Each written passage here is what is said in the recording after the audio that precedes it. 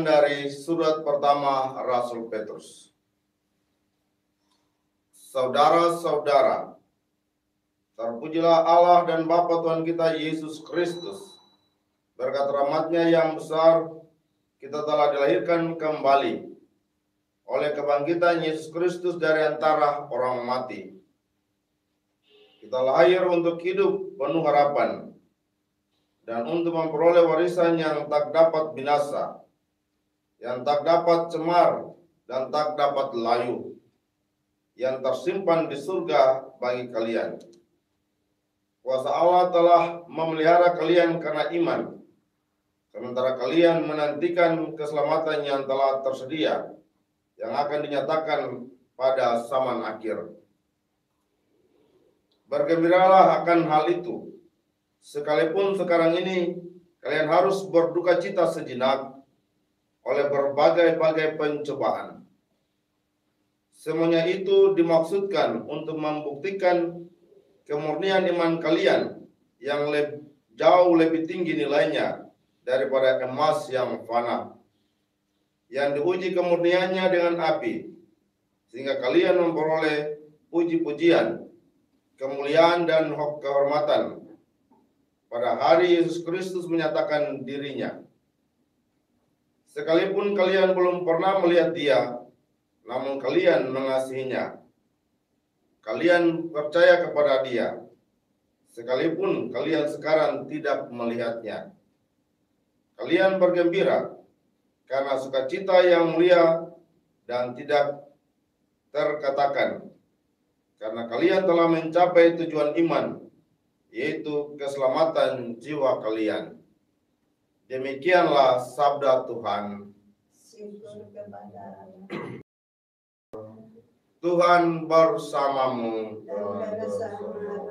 Inilah Injil suci menurut Santo Markus. Dimuliakanlah Tuhan. Pada suatu hari Yesus berangkat meneruskan perjalanannya. Maka datanglah seorang berlari-lari mendapatkan Dia, dan sambil berlutut di hadapannya, ia bertanya, "Guru yang baik, apa yang harus kuperbuat untuk memperoleh hidup yang kekal?" Yesus berkata kepadanya, "Mengapa kau katakan aku baik? Tak seorang pun yang baik selain Allah. Engkau tentu mengetahui segala perintah Allah. Jangan membunuh, jangan berzina, jangan mencuri, jangan mengucapkan saksi dusta, dan jangan mengurangi hak orang. Hormatilah ayahmu dan ibumu." Kata orang itu kepada Yesus, "Guru, semuanya itu telah aku turuti sejak masa mudaku." Tetapi Yesus memandang dia dan menaruh kasih kepadanya, lalu berkata kepadanya, "Hanya satu lagi kekuranganmu. Pergilah, jualah apa yang kau miliki, dan berikanlah itu kepada orang-orang miskin. Maka engkau akan memperoleh harta di surga. Kemudian datanglah kemari dan ikutilah aku." Mendengar perkataan Yesus, orang itu menjadi kecewa, lalu pergi dengan sedih, sebab banyaklah hartanya.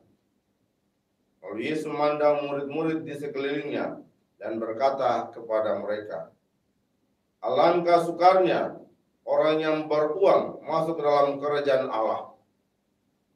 Murid-murid tergoncang mendengar perkataannya itu. Tetapi Yesus menyambung lagi, "Anak-anakku, alangkah sukarnya masuk ke dalam kerajaan Allah. Lebih mudah seekor unta melewati lubang jarum daripada seorang kaya masuk ke dalam kerajaan Allah." Para murid semakin gempar dan berkata seorang kepada yang lain, "Jika demikian, siapakah yang dapat diselamatkan?" Yesus memandang mereka dan berkata, "Bagi manusia hal itu tidak mungkin, tapi bukan demikian bagi Allah.